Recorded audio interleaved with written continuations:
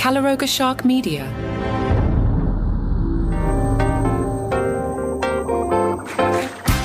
Hey there, I'm Johnny Mac with another commentary episode. I'm not going to start doing this every day. I just had two things on my mind. Yesterday afternoon, I dropped one about Howard Stern. Today is about Marc Maron, and I've become just fascinated on comedy threads.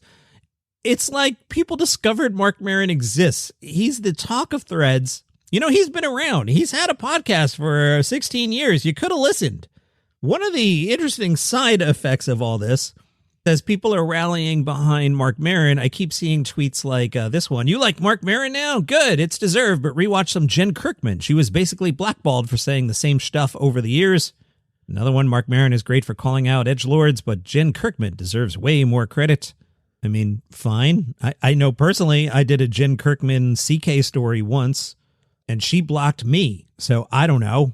W. Kamau Bell has a Substack. He wrote, "There's a new comedy sheriff in town. If you're a comic, Marc Maron needs to know if you've been in the vicinity of Donald Trump. Love it." Bell writes about the bit from Maron's current special about if Theo Von had Hitler on as a guest. I don't know if you've seen the special yet. It is fantastic. Bell writes, "That's when I thought, this is it. The resistance against fascist comedy finally goes mainstream." And it's true. I've seen other like-minded comics, a.k.a. comics with minds, celebrate Maron's bit about Theo. As I type this, Marc Maron is a trending topic on Threads. Yes, he is. He has been. Let me just see what's going on right now. I'm going to just search Marc Maron and see what people are saying. Here in top. All right, just to bring this all together. And again, no script today. I'm just talking off the top of my head. Somebody named Sean Ryan Shark came at Jen Kirkman and wrote, "Thrilled you could make one of the most important moments in social media history about yourself, whoever you are." Jen Kirkman wrote back, "Yes, on my page. What a sin. Sir, please go back to your male loneliness epidemic. You do not have the critical thinking skills for my post. Mark is a friend of mine, and he would agree with me, not you. Enjoy your weekend, whoever you are." Apparently my post is doing well, where I wrote, "It's a shame Marc Maron only started podcasting last week. People seem to like what the guy has to say. If you're on Threads, I'm at Daily Comedy News." Oh, Jen Kirkman again. Sorry, I'm all over the place again. No script today. Was I blackballed? I don't want to spread false things. Maybe.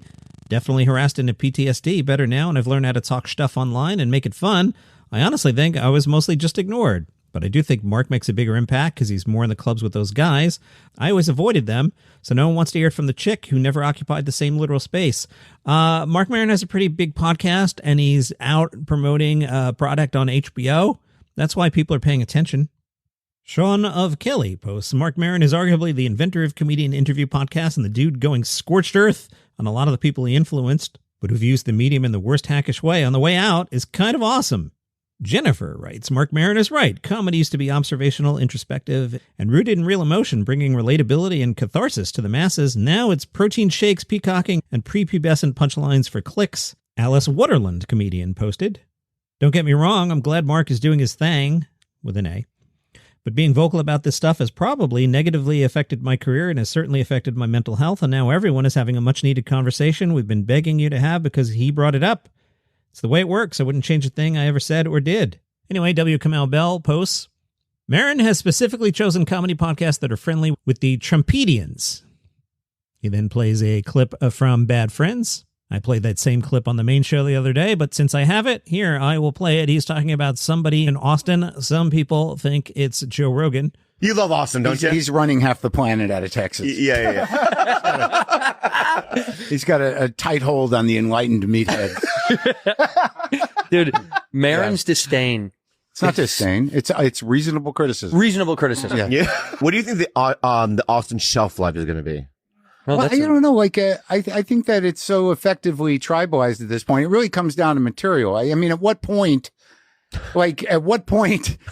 it's like whatever they represented in terms of policy. And it's not a stretch.